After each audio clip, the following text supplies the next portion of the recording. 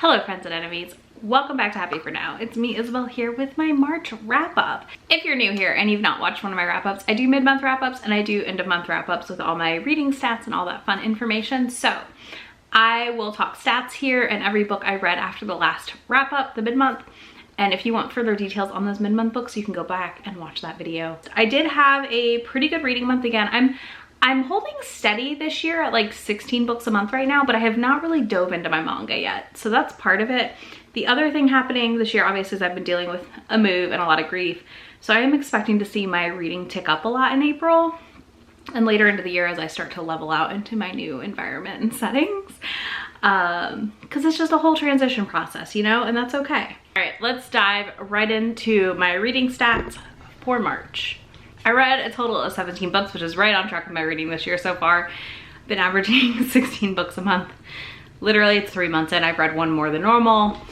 I'm hoping to see this number go up very soon. I read 4,174 pages.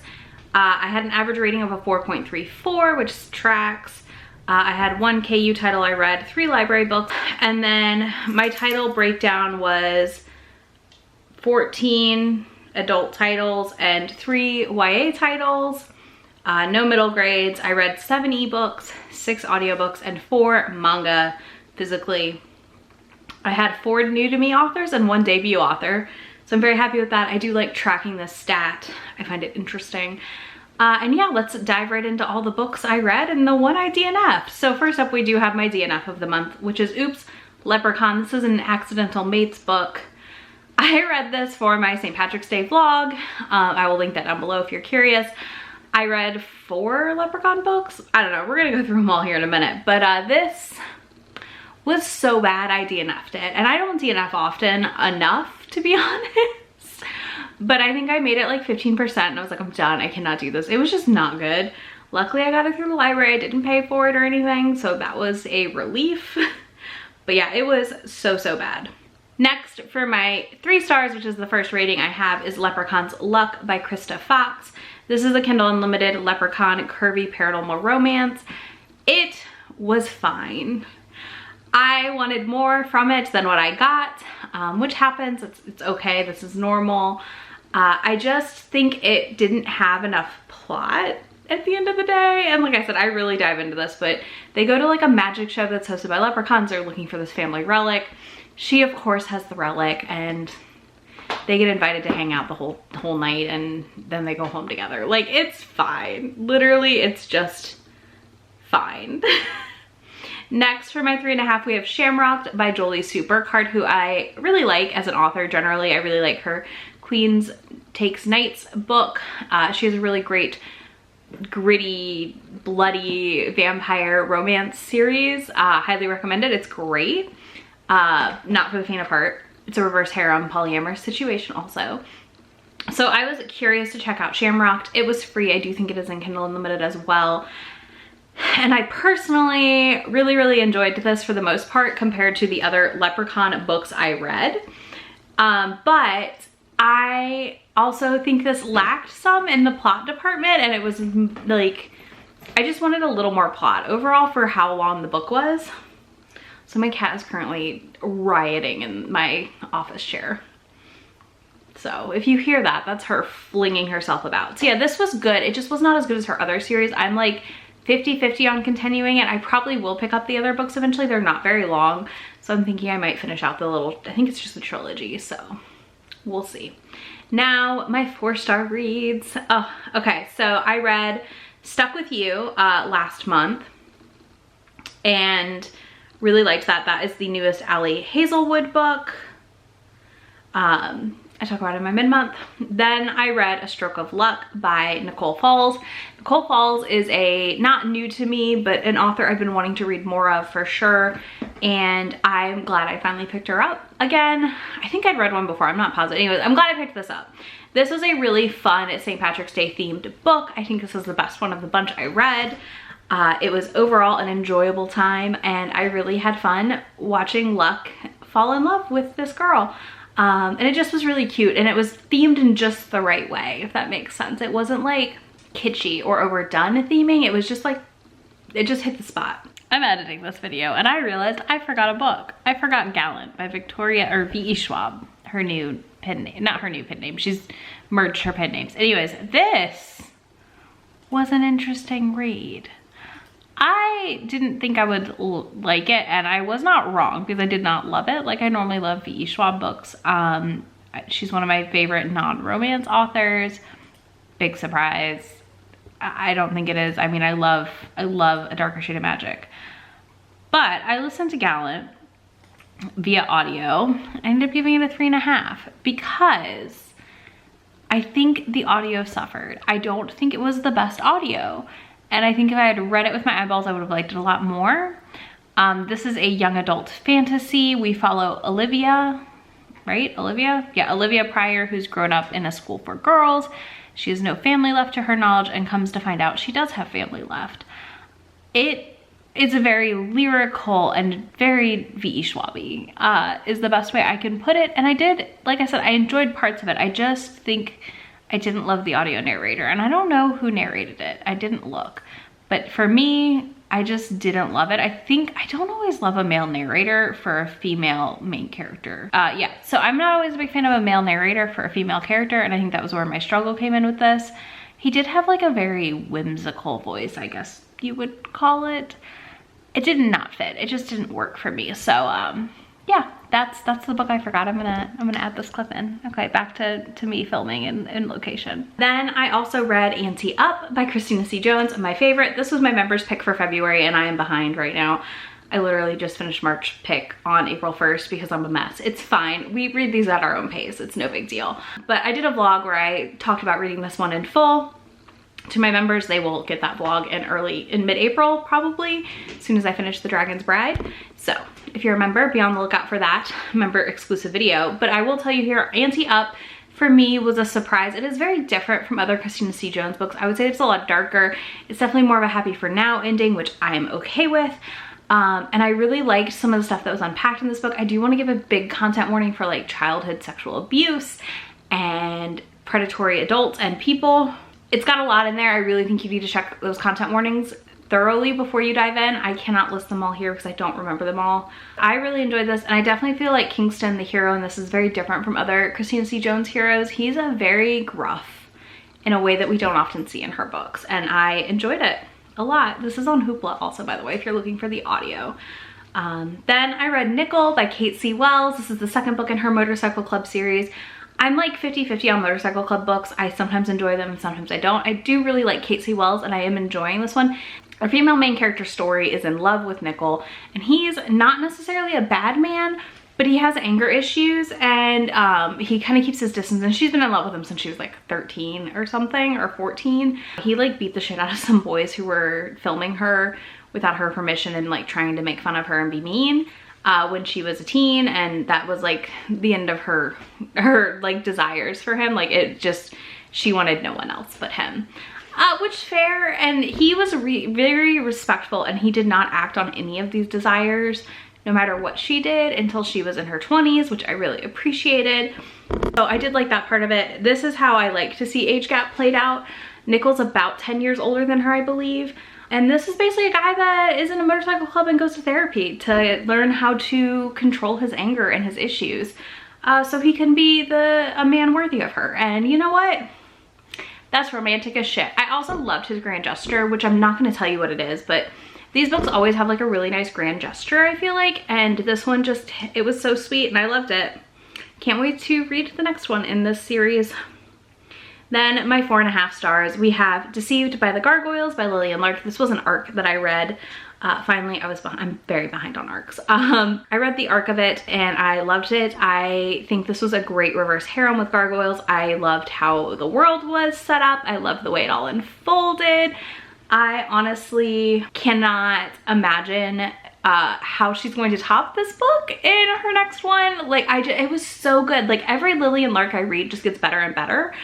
And I'm just really excited to see where she goes in her next books. This is the second one in her Matchmaker series, where the first one is the matchmaker getting her match. It's Stalked by the Kraken. This is about the matchmaker matching someone, and this just was so good. They literally like built her a library, and like that's my love language. I'm in my library right now. Like, it's not done, but it's happening, and like, that's my love language. Like, build me a library in secret. Absolutely. And like one of them, she would lay on him at night and they would like cuddle and he would read to her every night. And I was just like, I love this. I love this so much. Yeah.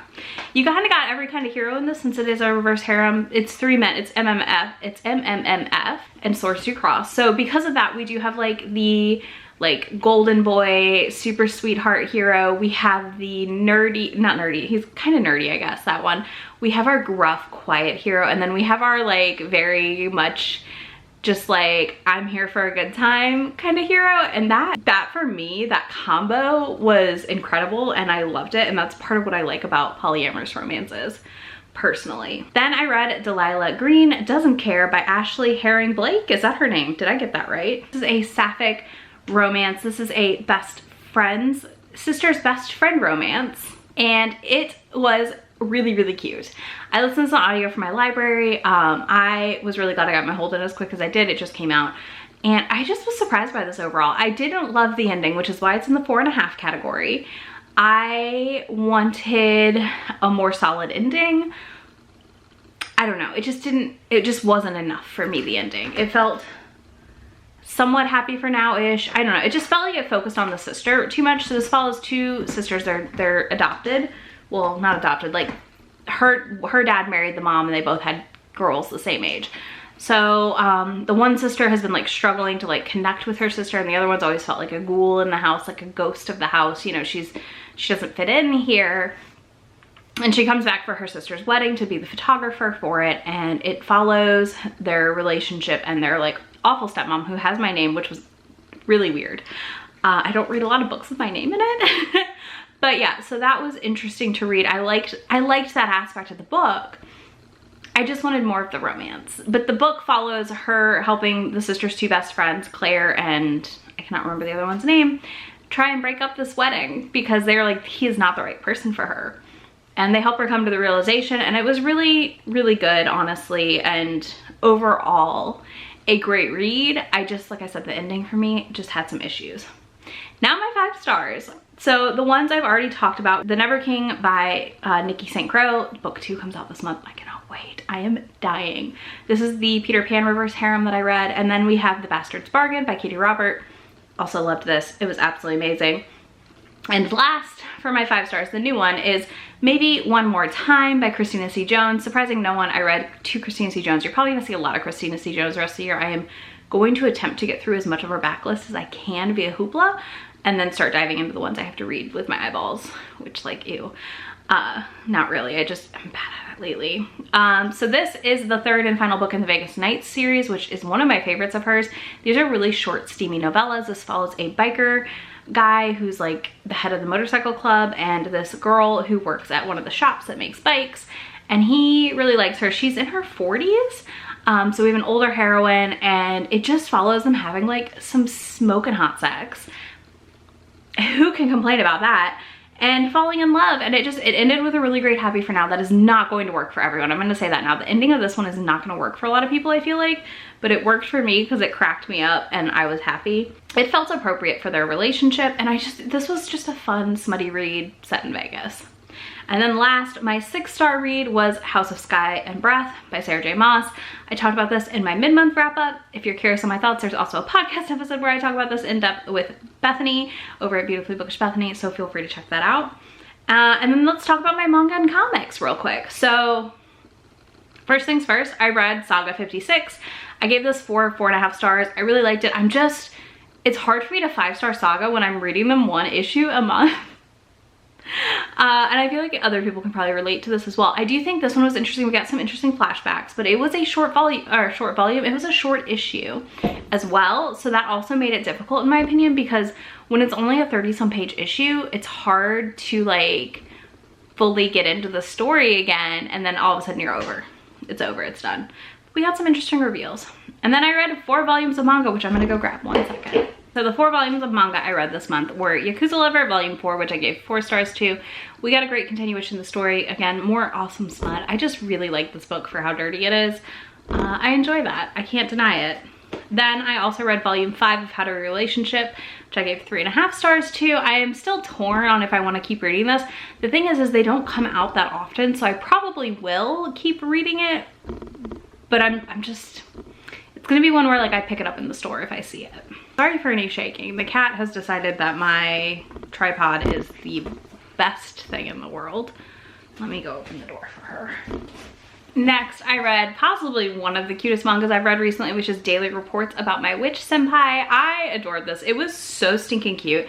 She has an iguana for her familiar, and she's kind of made fun of and not always treated the best because she's a witch. And her coworker has a crush on her, and she sometimes gives them rides home, and it's just, they're like really cute early stages of a relationship. And last, I did read Dick Fight Island Volume 2, of course. I really enjoyed this. It is basically somehow filthier than the first book, but also sweeter. We get a lot of follow-up on relationships that are set up in book 1, and I had an absolute blast reading this. Highly recommend it if you're curious. Yeah, overall just a good time. Okay, so that's everything I read in the month of March.